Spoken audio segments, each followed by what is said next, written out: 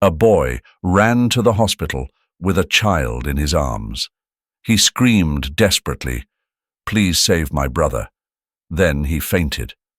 Terrible memories rushed back into the mind of an 8-year-old boy. That night was a shadow that never left Michael's mind, even 2 years later. He could still see the twisted metal, hear the screeching tires, and smell the acrid smoke. He was 6 years old when it happened, when his parents were taken from him in the blink of an eye, leaving him alone with his baby brother Luke, who was barely a year old. It wasn't supposed to be like this. His childhood, once filled with warmth and laughter, had collapsed into a cold, endless struggle for survival. Every day was a fight. Michael and Luke moved through the streets like ghosts, keeping to the alleyways and side streets, always trying to stay invisible. If anyone from the government saw them, they would be taken to an orphanage, and Michael knew what those places were like: cold, crowded, and unforgiving. He couldn't let that happen to Luke. He was all the family Michael had left, and he had promised himself he'd keep his little brother safe, no matter the cost. But safety was a fleeting thing when every day meant scrounging for food and finding shelter. Today was no different. Michael sat on the edge of the sidewalk, his back against a crumbling brick wall, with Luke cradled in his lap. The heat pressed down on them like a thick blanket, making it hard to breathe. People passed by, their eyes sliding over Michael and Luke without a second glance, as if they were invisible. Michael extended his hand, his fingers trembling from hunger, hoping someone might drop a coin or two. But most just hurried along, wrapped up in their own worlds. It was then that Luke, usually so quiet, whimpered. Michael glanced down, startled. "What's wrong?" he asked softly, brushing the hair from Luke's forehead. His brother's small face was scrunched up in pain, and before Michael could react, Luke's body stiffened, his breath coming in short, ragged gasps. Panic shot through Michael. He had seen this before. The fainting spells, the rapid breathing. It was Luke's heart again. The doctors had warned him once, when they still had a home, that Luke's condition would worsen if untreated. But that was 2 years ago, and there had been no treatment since. Michael's heart pounded in his chest as he realized how bad things had gotten. He couldn't lose Luke, too. Not after everything they'd been through. "Stay with me, Luke," Michael whispered, his voice shaking. "Please, just stay with me." He didn't wait for another second. Scooping Luke into his arms, he ran. His legs burned from the effort, and every breath felt like it might be his last, but none of that mattered. All that mattered was getting to the hospital. There had to be help there. The streets were busy, people and cars moving in a blur as Michael sprinted through them, his brother's limp body weighing heavier in his arms with each passing minute. As he reached a crowded intersection, he didn't stop. He couldn't. But just as he was halfway across, a motorcycle came out of nowhere. The impact sent Michael sprawling to the ground, the world tilting sideways as pain exploded in his leg. He cried out, feeling the hot sting of blood trickling down his shin. But even as the world spun around him, his grip on Luke never loosened. His brother remained cradled against his chest, unconscious and fragile. Michael gritted his teeth, forcing himself to his feet. The pain was unbearable, but he pushed it down, swallowed it like a bitter pill. There was no time to think about himself. His vision blurred from the tears he refused to shed as he staggered forward, limping toward the distant sign of the hospital. Step by agonizing step, he kept going. His body screamed for rest, for relief from the sharp stabbing pain in his leg, but he refused to listen. The sight of the hospital's red emergency sign grew closer, a beacon in the chaos, and Michael's heart leapt with hope. He was almost there. The automatic doors of the hospital slid open as he stumbled through, gasping for air, his face pale and streaked with sweat. "Help!" he rasped, barely able to keep standing. "Help my brother!" His voice was weak, but it carried through the sterile, bright hallway. Nurses rushed toward him, their faces blurring in his vision as the adrenaline began to fade. His legs gave out beneath him, and he collapsed onto the cold floor, still clutching Luke as tightly as he could. Before everything went dark, Michael saw the nurses take Luke from his arms, heard their urgent voices shouting orders, and felt the overwhelming relief that finally someone else was taking care of them. He had done everything he could. Michael woke up in the hospital bed, his breath shallow and his head heavy with a fog of confusion. The sterile smell of the room hit him first, then the soft beeping of monitors. Slowly, memories of the accident flooded back, metal screeching, the blinding headlights, and then the sickening thud. Luke. He jerked up, panic slicing through his chest. "Where's my brother? Luke, where is he?" His voice cracked, raw with fear. The nurse by his bedside, a young woman with kind eyes, looked at him for a moment too long before speaking. "Your brother is being looked after." Her voice was calm, too calm, and Michael saw the worry just behind her composure.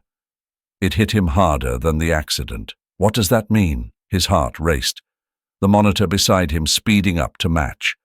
Before she could answer, the door opened and Dr. Mitchell entered.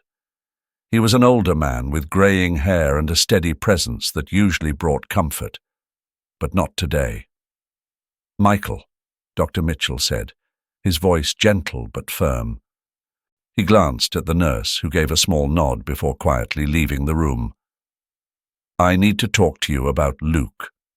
Michael's throat tightened. He already knew. He knew it in the way they moved around him, like he was fragile, like any word would shatter him. "Still," he asked, "is he—" Dr. Mitchell sighed, pulling up a chair beside Michael's bed. "Luke is in critical condition. We've done everything we can for now, but it's too early to know what will happen next." The word critical hit Michael like a blow to the chest. He clenched the blanket in his fists, trying to steady himself, but his mind was already spiraling. Is he going to make it?" "We're monitoring him closely," Dr. Mitchell said, avoiding the direct answer Michael craved. "It's a waiting game now, but he's young, and sometimes that makes all the difference." Michael stared at the doctor, searching his face for any glimmer of hope. He found none. "Can I see him?" "Not right now," Dr. Mitchell said softly. "We need to keep him stable, give him the best chance to fight." And then the doctor left, leaving Michael alone with his thoughts, his fear, and the suffocating weight of guilt. The room seemed to shrink around him. He replayed the accident over and over, wondering what he could have done differently. If only he'd been quicker, if only he'd seen the car coming, if only they hadn't left the house that night. Maybe Luke wouldn't be lying in another room, fighting for his life. Maybe they'd still be bickering about something stupid, something that didn't matter at all in the grand scheme of things. The minutes dragged on, each one heavier than the last. The only sound was the rhythmic beep of the heart monitor, each beat a reminder that time was passing, that Luke was somewhere between life and death, and there was nothing Michael could do to change that. He buried his face in his hands, struggling to keep control, but the tears came anyway, quiet at first, then harder, until his shoulders shook with the force of it. He wasn't sure how long he sat there, lost in his sorrow, before he forced himself to stop. Crying wouldn't help Luke. Nothing would except time, and even that felt cruelly uncertain. He wiped his face and took a deep breath, trying to steady the whirlwind inside him. Luke needed him to be strong, even if Michael felt like he was crumbling. He had to believe that his brother would pull through, that the doctors were wrong to be so vague, that hope still lingered somewhere in the cracks. As the hours passed, the fear didn't go away, but Michael began to steel himself. He would be there for Luke, no matter what. No matter how long the fight lasted or how dark things got, he wouldn't leave his brother behind. For now, all he could do was wait and hope. Michael wandered the sterile hospital corridors, his footsteps echoing faintly against the white tiles. The scent of antiseptic filled the air, sharp and intrusive, but he hardly noticed. His mind was fogged, thoughts heavy with exhaustion and dread. Luke's pale face flashed in his memory, and every breath he took seemed to tighten his chest. As he rounded a corner, his ears picked up fragments of a conversation, a low, urgent murmur between a nurse and Dr. Mitchell, the surgeon. Instinctively, Michael slowed his pace, staying out of sight behind a half-closed door. "Complications," he heard the nurse say. "We'll need to intervene sooner than we thought." Dr. Mitchell's voice followed, firm but troubled. "He's deteriorating. The ECMO might be our only option now. It's risky, but we don't have time to wait." Michael's heart began to race. He pressed himself against the wall, trying to remain unnoticed. "ECMO?" His mind scrambled to understand. The words hung heavy in the air, filled with medical gravity he couldn't quite grasp. But it didn't matter. What mattered was Luke, and the faint suggestion that things had gotten worse. He couldn't stop himself from listening, straining to catch every word. "His condition is fragile," Dr. Mitchell continued. "If we don't act soon, it could be too late. But there's a bigger issue. Luke doesn't have a legal guardian on file. The surgery can't move forward until we get consent." The nurse sighed, frustration evident in her voice. "Michael's too young to sign the papers, and there's no one else here. We need to find a solution fast." Michael froze, his breath catching. His hands balled into fists as a wave of helplessness surged through him. He wanted to run into that room, demand answers, beg them to help Luke no matter what. But he was only 8, legally powerless, useless. Inside the emergency room, Luke's situation worsened. The whir of machines and hurried footsteps painted a picture of urgency that Michael didn't need to see to understand. His brother's body was weakening, and now everything was in limbo because of a signature. Michael pressed his back against the cold wall, sliding down until he sat on the floor. His fingers trembled as they wrapped around his knees. Why wasn't I enough? Why didn't I protect him? The guilt gnawed at him, sharp and unforgiving. He wished in that moment that he could reverse everything, go back to when things were simpler, before all of this. Before Luke had been reduced to machines and doctors' decisions. He heard the nurse again, softer now, almost a whisper. "We can't delay much longer. If we do, we'll lose him." Michael shut his eyes tightly, trying to push back the flood of tears threatening to spill over. He felt the weight of the entire world resting on his shoulders, and he was too young to bear it, too small to fix it. He remembered the way Luke used to laugh, carefree, as if nothing in the world could ever harm him. But now, harm had come, and Michael wasn't sure how much longer he could keep it at bay. Moments passed like hours as Michael stayed hidden, the sounds of the hospital fading into a dull buzz around him. He wanted to scream, to demand that they ignore the rules and just save Luke. But rules were rules, and in this place they held more power than love or desperation. The sterile white walls of the hospital closed in around Michael as he sat by Luke's bed, his brother's shallow breaths echoing in the room. His eyes darted to the clock. Every second felt like it dragged on, heightening his anxiety. A sharp knock on the door jolted him. He turned to see a group of strangers in professional attire.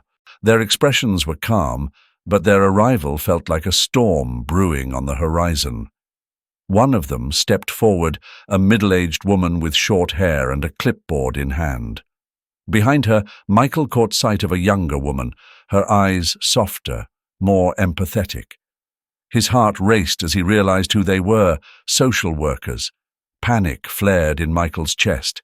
His breath quickened as memories of the orphanage flashed before his eyes, the cold rooms, the indifference, the feeling of being completely alone. He wasn't going back, and he wasn't going to let them take Luke away either. His mind screamed one word: run. Without thinking, Michael stood, ready to scoop Luke into his arms and disappear before they could touch him. His muscles were tense, but his legs trembled under the weight of exhaustion. He had been by Luke's side for days, barely eating or sleeping, and his body was betraying him. The younger woman, Sophia, must have noticed his panic. She gently pushed past the others and walked slowly toward him, her hands visible, her movements non-threatening. "Michael," she said softly, her voice calm like a gentle breeze. "I know you're scared. I would be too. But running now, it won't help Luke. It could make things worse." Michael froze, his arms still hovering over Luke's small, fragile form. He wanted to argue, to shout at her to leave them alone, but there was something in her eyes, genuine concern, not the distant professionalism of the others. "He's really sick, Michael," Sophia continued, her voice steady but warm. "His heart can't take the strain. Moving him like this, it might hurt him more." Michael's throat tightened. He looked down at Luke, his little brother, who looked so fragile under the hospital sheets. How could he risk making things worse? "I know you're trying to protect him," Sophia added, taking another cautious step forward. "But right now, the best thing you can do for Luke is to let the doctors help. He needs surgery. It's his best chance, Michael." The room fell silent. Michael clenched his fists, trying to steady the storm of emotions inside him. He had fought so hard to keep Luke safe, to keep them together. The thought of being separated, of losing control, sent waves of fear crashing over him. Sophia waited, giving him space to breathe. "I promise you, we don't want to split you up. That's not why we're here," she said, her voice quiet but firm. "We just want to make sure Luke gets the care he needs and that you both are safe." The word promise echoed in his mind. Michael searched her face for any sign of a lie, of hidden intentions. But there was only sincerity, a rare kindness that made his guard drop, just a little. He exhaled, his shoulders slumping. "You're not taking us away," he whispered, his voice small and unsure. Sophia shook her head gently. "No, Michael. We're here to help, not to take you away. But Luke needs you to trust us right now. He needs you to be strong, to let him stay and get better." Michael's hands trembled as he slowly backed away from the bed, giving the doctors room to approach. His heart was still pounding, but the knot in his stomach loosened slightly. He glanced at Sophia again, still unsure but willing to believe her, at least for now. As the medical staff moved in to check on Luke, Sophia stayed close, her presence a quiet reassurance. Michael crossed his arms and leaned against the wall, his eyes never leaving his brother. He wasn't running, not anymore. He was staying, for Luke.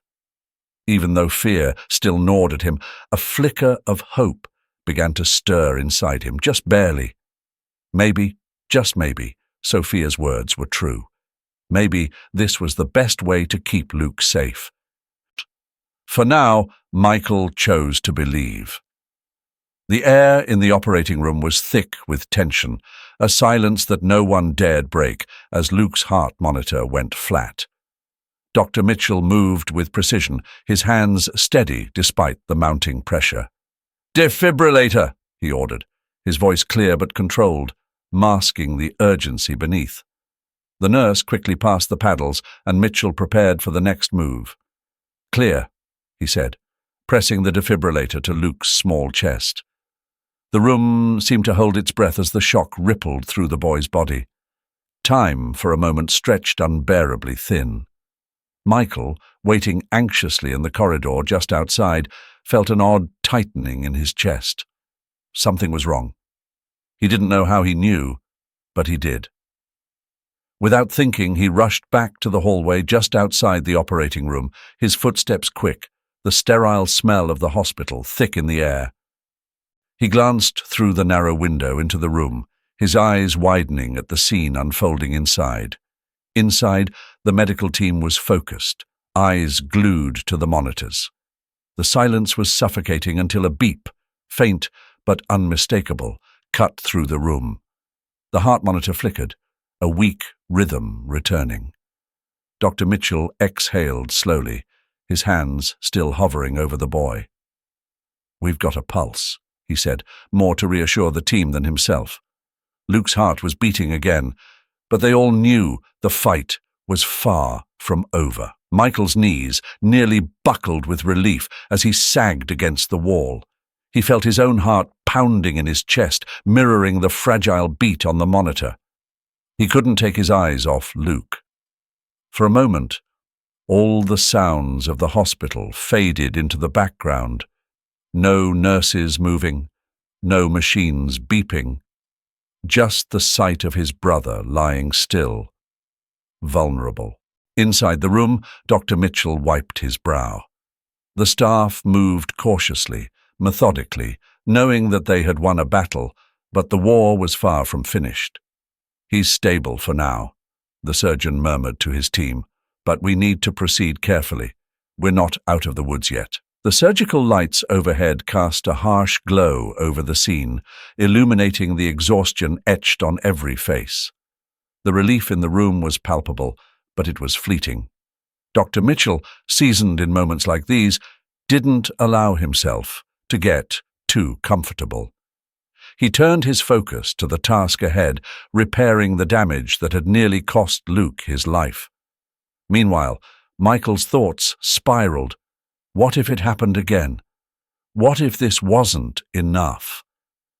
His hands shook as he clenched them into fists.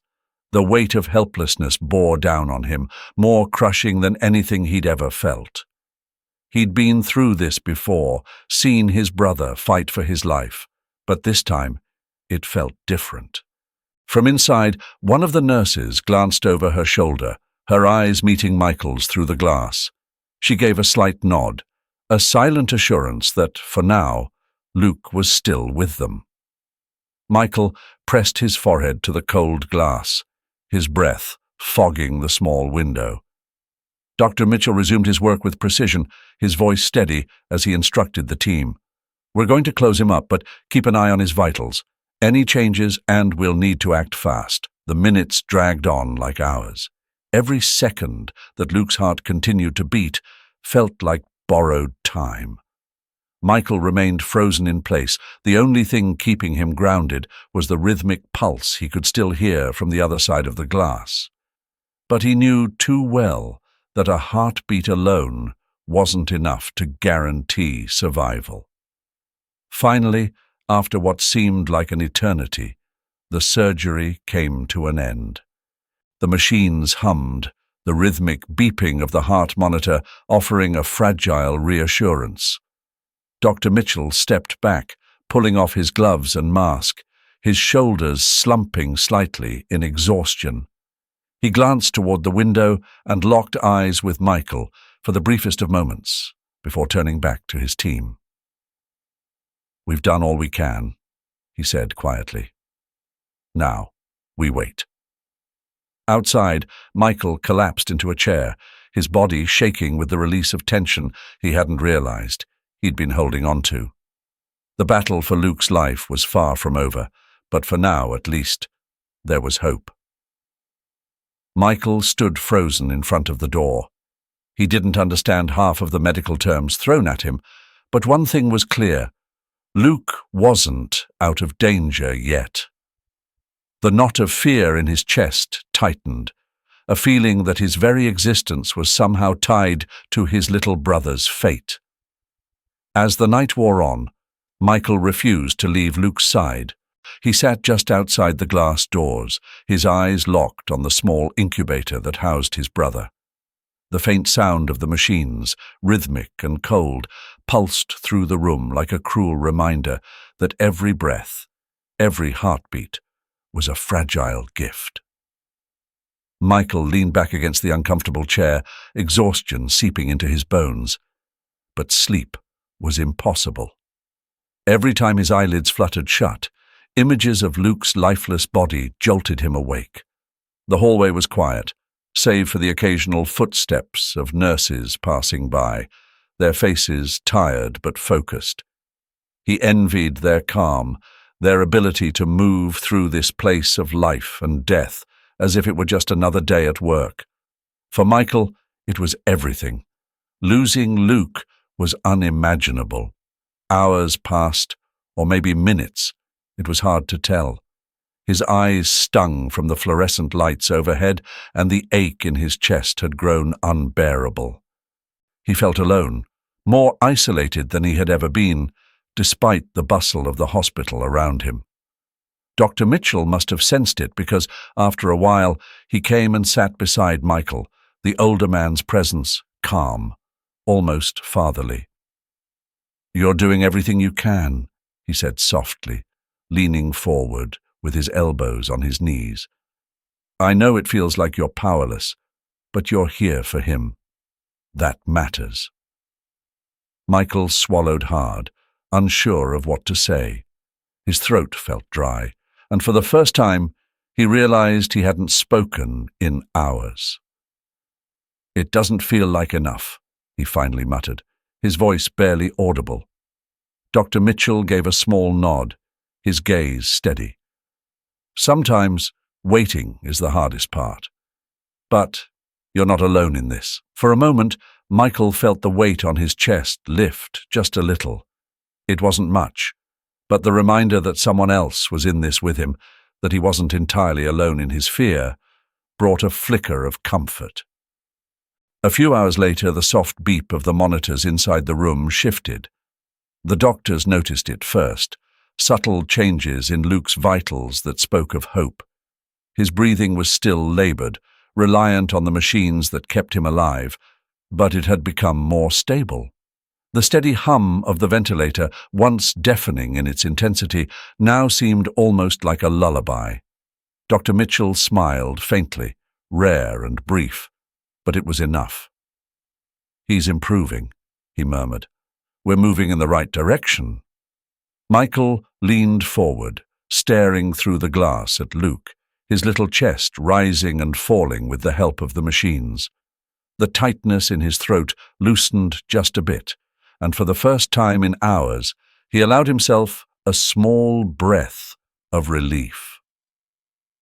They weren't out of the woods yet, not by a long shot, but the darkest part of the night had passed. And for now, that was enough. The day Luke was finally discharged from the hospital marked the beginning of a new chapter. Michael stood by the entrance of the orphanage, waiting for Luke, his face set in determination. He knew this place would be different, and not necessarily in a good way. The walls of the orphanage loomed over them like a shadow, but at least they had each other. As they stepped inside, Luke hesitated. The laughter of children echoed through the hallways, a strange sound after the cold, sterile quiet of the hospital. Michael squeezed his shoulder gently, his voice low and reassuring. "It's just us now, Luke. We'll get through this." Luke looked up at him, eyes wide but trusting. "I know," he whispered. "I won't let go, Michael." Days passed, and the brothers clung to each other. The orphanage had its routines, its rules, and its rhythms, but they felt foreign to Luke, who still woke up some nights expecting to hear the distant beeping of hospital machines. Michael, however, adapted quickly. He kept close to Luke, guiding him, making sure no one could hurt him. He was determined that no matter what happened, they would stay together. Michael's protection over Luke didn't go unnoticed. Families would visit the orphanage, looking for children to adopt. Michael's intelligence and polite demeanor caught their attention more than once, but he always refused. "I'm not leaving without my brother," he would say, his voice calm but unyielding. The caretakers at the orphanage grew used to his responses, but they couldn't understand why Michael, who could have had a better life elsewhere, would choose to stay. It wasn't just stubbornness, it was love. A fierce, protective love that had grown in the years they had spent surviving together. Luke was Michael's responsibility, and in his mind, nothing could justify leaving him behind. The offers came less frequently over time, as families began to understand Michael's unwavering stance. To Luke, it meant the world. He knew that as long as Michael was around, he was safe. The years in the orphanage passed slowly but steadily. Michael took on the role of a teacher, guiding Luke in his studies and showing him how to behave in a world that often seemed too harsh for someone as sensitive as him. "You have to be strong," Michael would tell him, his voice firm but kind. "People out there won't always care, so you have to take care of yourself." Luke absorbed every word. He admired Michael deeply, seeing him not only as a brother, but as a protector, someone who could face the world's challenges with quiet strength. Together they navigated the complexities of life at the orphanage, sharing meals, studying under dim lights, and learning how to live with less. But time, as always, moved forward. The day Michael turned 18, the reality they had avoided for years finally caught up to them. The orphanage had a rule: when children reached adulthood, they had to leave. There was no exception, not even for Michael, who had spent his whole youth ensuring that Luke would never be left alone. On his final day at the orphanage, Michael packed his things quietly. Luke sat on the edge of his bed, staring at the floor, his mind struggling to process the inevitable separation. "You're leaving," Luke said softly, his voice barely audible. Michael knelt in front of him, taking Luke's hands in his. "I'll always be with you, Luke," he promised, his tone gentle but resolute. "I'm just moving out, but that doesn't change anything. I'll be there, no matter what." Luke nodded, though the tears in his eyes betrayed the weight of the moment. Michael stood and pulled him into a tight embrace. It was the first time in years that they had faced the world without each other at their side. As Michael walked out of the orphanage that evening, the sun setting behind him, he felt the gravity of the next chapter in both of their lives. But he also knew that somehow they would find their way back to each other. They always did. The years that followed were a relentless struggle for Michael.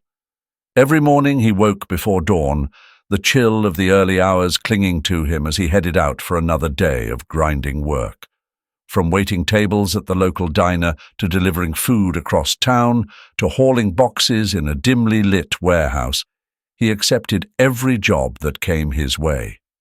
His body ached from the strain, but his mind was fixed on one thing: Luke's future. To him, it wasn't just a dream. It was the only thing that mattered. Michael didn't speak much of his sacrifices. He never complained about the sore muscles or the sleepless nights, never let on to anyone how exhausted he felt. His friends would ask him why he worked so hard, but he'd just shrug it off. Inside, though, he carried the weight of responsibility for Luke, a burden he willingly shouldered. The image of Luke's face, young, hopeful, and full of promise, drove him through every shift. Luke, too, felt the pressure, though in a different way. As he grew older, he became increasingly aware of the sacrifices Michael was making for him. Every time he saw his brother come home late, exhausted but still smiling, Luke's resolve hardened. He threw himself into his studies, determined not to let Michael's efforts go to waste. His textbooks became his constant companions, his notes carefully scribbled in the margins, dreams of becoming a doctor filling his head. He knew his brother's sacrifices were the reason he could even dream of something as big as medical school. In quiet moments, Luke would whisper to himself, "I'll make him proud. I have to." When Luke turned 18, his years of dedication paid off. The acceptance letter from the University of Illinois' prestigious medical school arrived in the mail, thick with the weight of all the opportunities it carried. Luke had been holding his breath when he opened it, and when his eyes landed on the words, "Congratulations," his knees nearly buckled.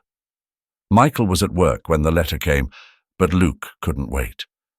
He grabbed his phone, calling Michael, his voice breathless with excitement. "I got in, Mike. I did it. I got into the university." There was a pause on the other end of the line, a moment in which Luke could almost hear Michael's smile forming. "I knew you would," Michael said quietly. "I always knew you would." From that day on, Michael's efforts didn't slow down. If anything, he worked harder. Even though Luke was now in college, the cost of medical school loomed large, and Michael's support never wavered. He picked up more shifts, barely giving himself time to rest, all so Luke could focus on his studies. Whenever Luke came home for holidays or brief visits, Michael would greet him with the same quiet smile. "You doing okay?"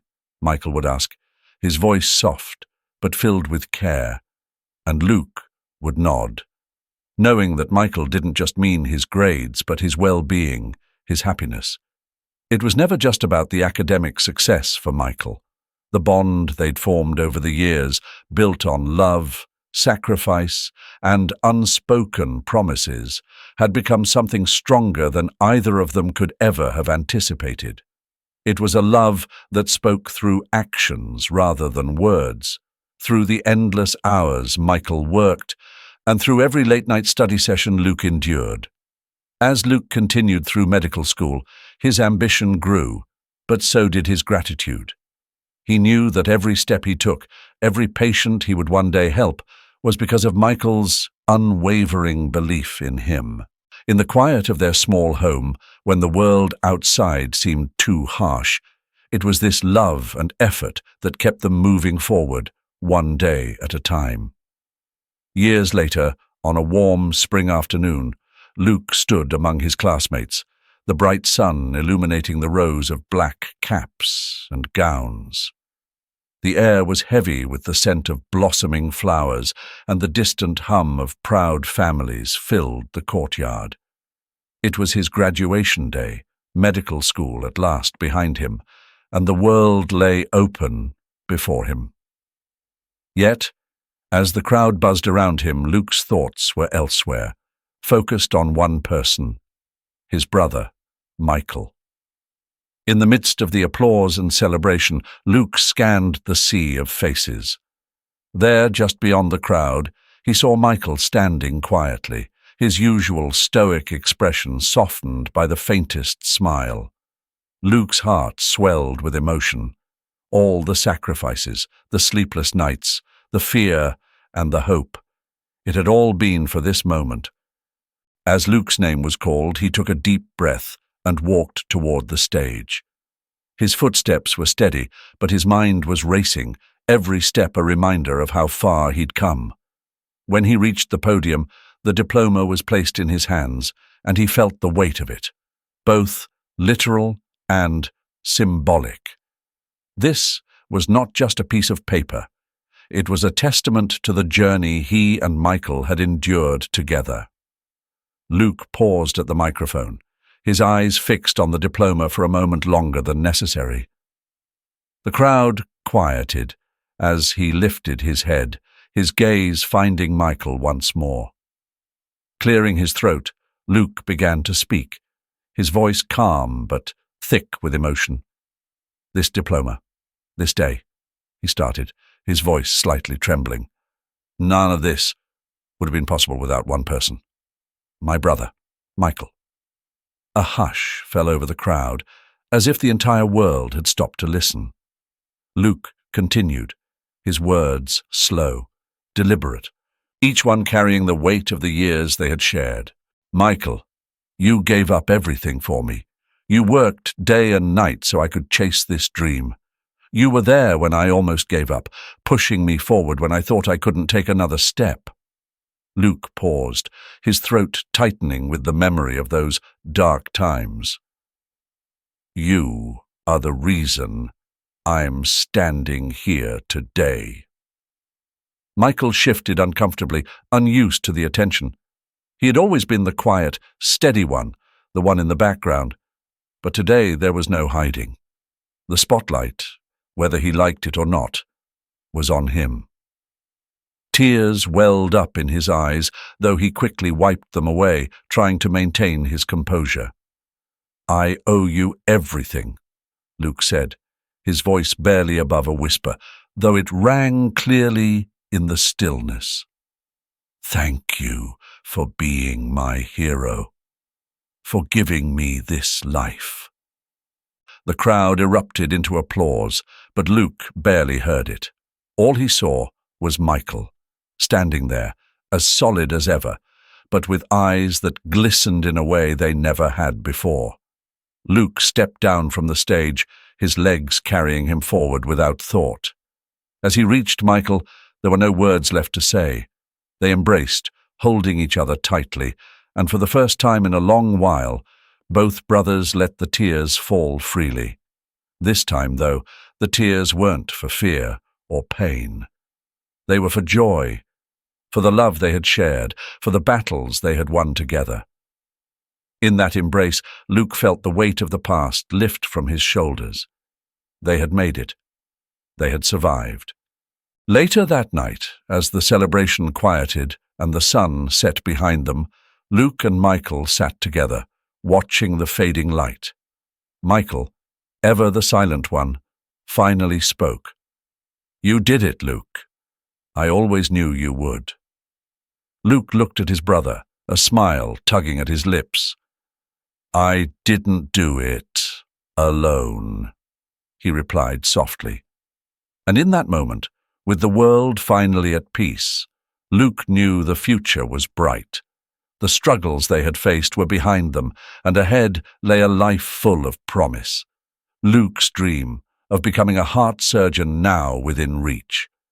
Every life he would touch from that day forward would carry the echo of Michael's quiet strength. And with each surgery, each child saved, Luke would remember this. None of it would have been possible without the brother who had believed in him from the start.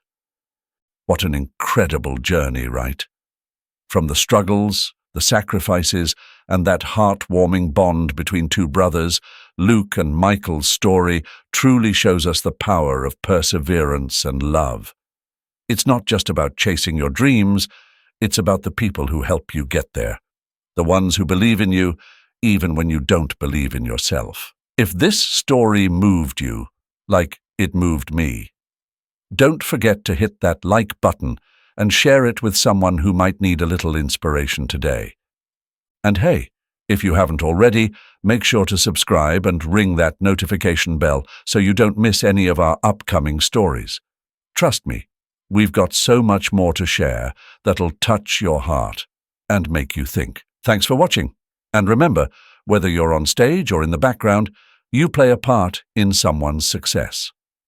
Until next time, stay inspired, stay strong, and I'll see you in the next video.